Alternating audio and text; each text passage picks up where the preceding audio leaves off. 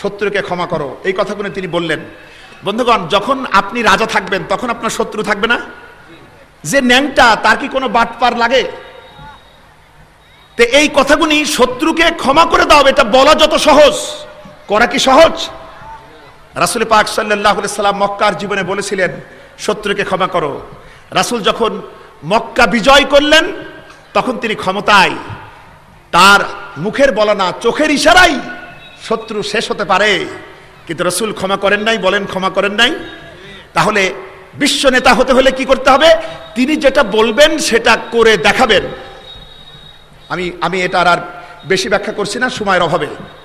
পঞ্চম শর্ত, সর্বশেষ শর্ত হলো তিনি যে রেকর্ড করবেন সেই রেকর্ড হবে অনন্য রেকর্ড।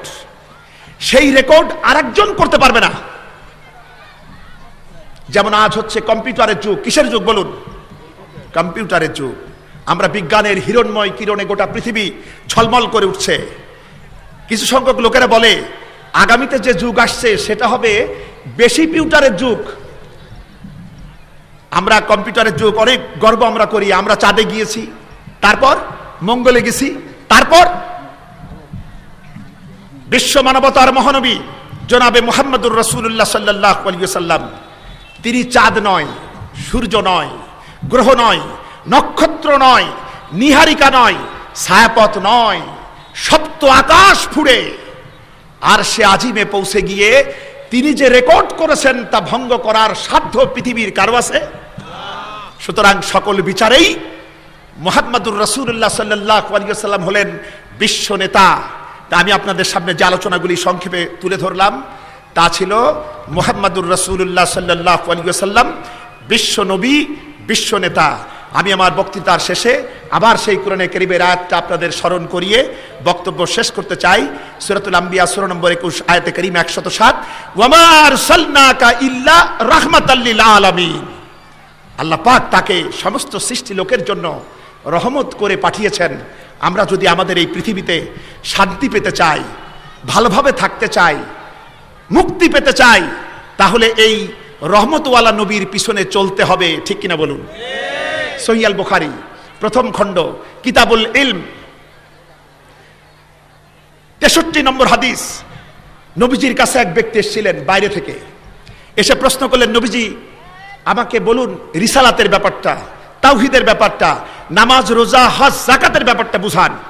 রাসূল বললেন, সব শোনার পর লোকটি বললেন, ইয়া রাসূলুল্লাহ সাল্লাল্লাহু আলাইহি ওয়াসাল্লাম, আপনি আজকে আমাকে ইসলামের যে ব্যাখ্যা দিলেন আমি এর থেকে কিছু বাড়াবও না, এর থেকে কিছু কমাবও না। এই হাদিসটা সহিহ আল মুসলিমও আছে 15 নম্বর হাদিস, আর সহিহ আল বুখারীর 63 নম্বর হাদিস। এই কথা বলে, অর্থাৎ আপনি যেটা বললেন আমি ঠিক ঠিক সেটাই পালন করব, এর থেকে বাড়াবও না, কমাবও না। এই কথা বলে যখন সেই সাহাবী চলে যাচ্ছেন, নবীজি সাহাবীদেরকে ডেকে বললেন, ও আমার সাহাবারা শোনো, এই পৃথিবীতে বেঁচে থাকা অবস্থায় কোন জান্নাতি লোককে দেখে যদি নিজের দিলটাকে জোড়াতে চাও, নিজের চোখটাকে ঠান্ডা করতে চাও, ওই লোকটির দিকে তাকায় দেখো, ওই লোকটি নিঃসন্দেহে আল্লাহর জান্নাতি। সুবহানাল্লাহ। আখিরি দাওয়ানা আলহামদুলিল্লাহি রাব্বিল আলামিন। আসসালামু আলাইকুম ওয়া রাহমাতুল্লাহি ওয়া বারাকাতুহু। আসসালামু আলাইকুম, আমি মোহাম্মদ বায়েজিদ হোসেন খাজানগরী। আমার প্রশ্নটি হলো, আমাদের দেশে নানা কায়দায় জিকির হয়, জিকিরের ব্যাপারটা কি? জি মুহতারাম,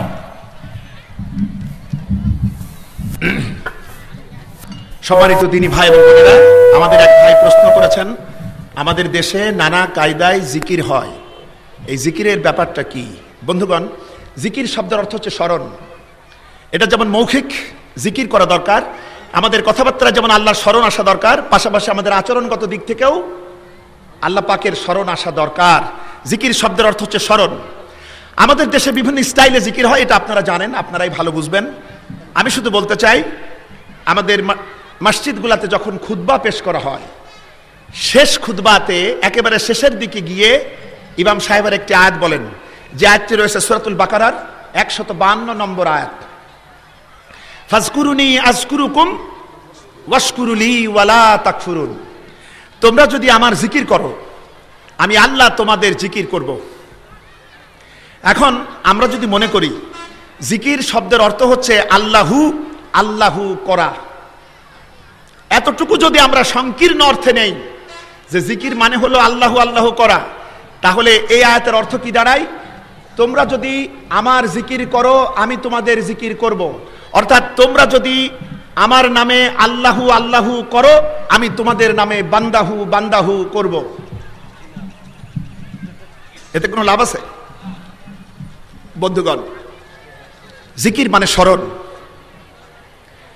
আল্লাহ পাক চান বান্দা তার স্মরণ করুক, তাহলে আল্লাহ পাক তার রহমতের ফেরেশতাদের সামনে তিনি আমাদের স্মরণ করবেন। বলেন সুবহানাল্লাহ। আমি ছোট্ট একটা ব্যাখ্যা দিই। যেমন ধরুন আমি চেয়ারম্যান, আমাদের এমপি সাহেব আছেন, মন্ত্রী আছেন, চেয়ারম্যান আছেন, মেম্বার আছেন, এরকম আছেন না? সরকার জনগণের জন্য টিআর দেয়, কাবিখা দেয়, সরকার সাহায্যের জন্য কম্বল দেয়, বিভিন্ন রকম বিধবা ভাতা দেয়, এরকম সহযোগিতা করে। চেয়ারম্যান মেম্বাররা যখন তাদের হাতে এলো, যেমন আমি যদি চিন্তা করি যে আমি কলমের একটা খোসা দিয়েই জনগণের এই হকটা মেরে দিতে পারি, কেউ দেখতে পাচ্ছে না, সরকারের গোয়েন্দাও নাই, কেউ দেখতে পাচ্ছে না, আমি তো মেরে দিতে পারি। এই মুহূর্তে যদি মনে পড়ে কেউ না দেখুক, আল্লাহ আমারে দেখতেছেন, এটা হচ্ছে স্মরণ, এটা হচ্ছে জিকির। আল্লাহর কথা মনে হতেই কলমটা থেমে গেল, আমি অন্যায় করতে পারলাম না, এই কাজ যদি আমি করতে পারি, আল্লাহ আমার কথা ফেরেশতাদের নিয়ে রহমত নিয়ে তিনি স্মরণ করবেন। সুবহানাল্লাহ। এখন আপনারা বলুন, আমি আল্লাহু আল্লাহর বিপক্ষে না। আপনারা যাদের কোনো কাজ নাই, বয়স হয়ে গিয়েছেন, তারা তো জিকির করবেন, তবে মনে রাখতে হবে জিকিরটা কোরআন হাদিসে যা আছে সেটাকে অনুসরণ করে করাই সব থেকে ভালো। আর যারা দায়িত্বের ময়দানে আছেন তাদের সুযোগ আছে এই আমলি জিকির করার। এই জিকির যদি আমাদের নেতারা আমরা যদি করতে পারতাম, তাহলে বাংলাদেশ জান্নাতের টুকরায় পরিণত হতে পারত। বলেন আলহামদুলিল্লাহ। আসসালামু আলাইকুম। আমি মোহাম্মদ আবু বকর সিদ্দিক। আমার প্রশ্ন হচ্ছে, দিন কায়েমের কাছ থেকে কোনো মুসলমান বিরত থাকলে তাহলে কোরআনের সিদ্ধান্ত কি বলবেন? জি মোহতারাম। দিন কায়েমের কাজ থেকে কোনো মুসলমান বিরত থাকলে তারপর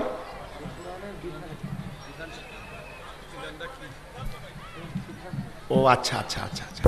সম্মানিত দিনী ভাইরা এবং আমার মা বোনেরা, দিন কায়েম হচ্ছে ফরজ। কোরআনে কারীমে সূরা শুরার ভিতরে আল্লাহ পাক বলেছেন, আনা আকিমুদ্দিন ওয়ালা তাতাফাররাকু ফিহ, তোমরা এই দিনকে কায়েম করো, এ ব্যাপারে কোনো মতপার্থক্য করো না। যেমন আমরা আকামাস সালাত বুঝি, আকিমুস সালাত, যেমন ওয়াতাউজ যাকাত বুঝি, অর্থাৎ নামাজ কায়েম বুঝি, ঠিক এভাবে দিন কায়েমের কথা বলা হয়েছে। নামাজ যেমন ফরজ, দিন কায়েম তেমনি ফরজ। যেমন আমরা বলি মিথ্যা সকল পাপের মা, দিন কায়েমও সকল কল্যাণের মা অথবা বাবা।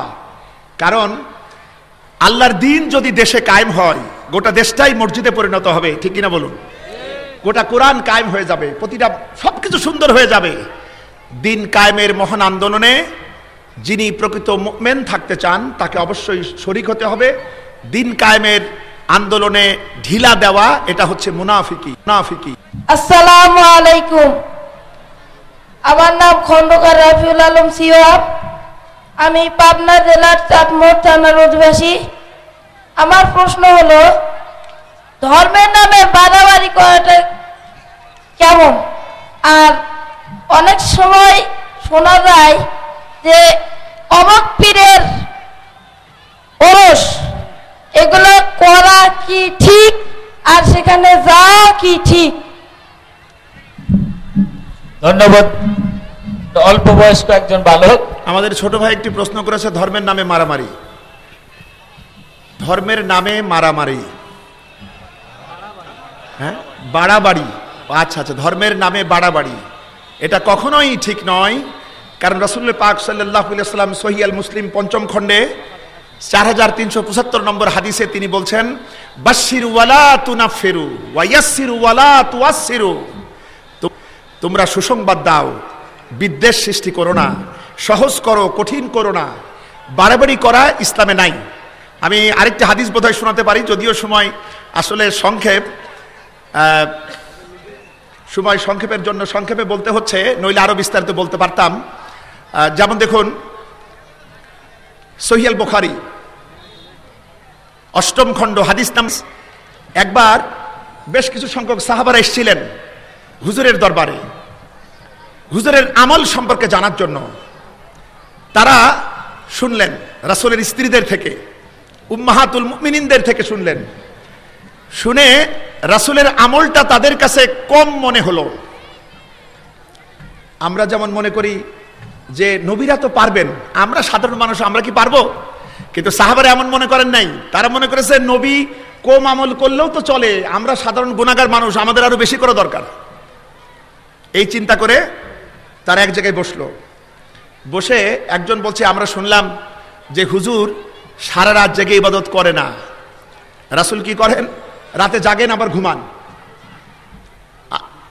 আমি মনে করছি যে আমি আর রাত্রে ঘুমাবো না, সারা রাত ইবাদত করব, মানে বেশি করব। রাসূল যেহেতু নিষ্পাপ, তার কোনো গুনাহ নাই, সে কম করলেও হয়। আমরা গুনাহগার, আমাদের বেশি করতে হবে। হুজুর রোজা রাখে, সারা বছর রোজা রাখে না, রোজা রাখেন এবং রোজা ছেড়েও দেন। আমার তো স্বাস্থ্য ভালো, আমি মনে করছি সারা বছর রোজা রাখবো। আরেকজন বলল, আমি তো বিয়ে করি নাই, সাংসারিক কাজ করতে গেলে তো ইবাদতে ডিস্টার্ব হবে, সুতরাং আমি আর বিয়েই করব না। এখন তিনজন সাহাবী যে চিন্তা করলো, তাদের চিন্তাটা কিন্তু ভালো। তারা কি করবে? ইবাদত করবে, ঠিক কিনা বলুন? কিন্তু সিস্টেমটা আতিউল্লাহ ওয়া আতিউর রাসূলের কায়দায় হয় নাই, রাসূলের সিস্টেমে হয় নাই। তারা ইবাদত করবে, নিয়তটা ভালো। রাসূল যখন বুঝতে পারলেন, তার চেহারায় রাগ দেখা গেল। তিনি এসে বললেন, হে মুহাম্মাদের উম্মতেরা শোনো, সাল্লাল্লাহু আলাইহি ওয়াসাল্লাম, আমি তোমাদের সকলের চাইতে আল্লাহকে বেশি ভয় পাই। তা সত্ত্বেও আমি রাত্রি জেগে নামাজ আদায় করি, আবার ঘুমাই। আমি রোজা রাখি, রোজা ছেড়ে দেই। আমি বিবাহ শাদী করি, আমার সংসার আছে। ফামান রাগিবা আন সুন্নতি, এটাই হচ্ছে আমার আদর্শ, এটাই আমার লাইফ স্টাইল, এটাই আমার জীবন পদ্ধতি, এটাই আমার সুন্নাহ। যে এটাকে অনুসরণ করবে না, সে আমার উম্মাত নয়।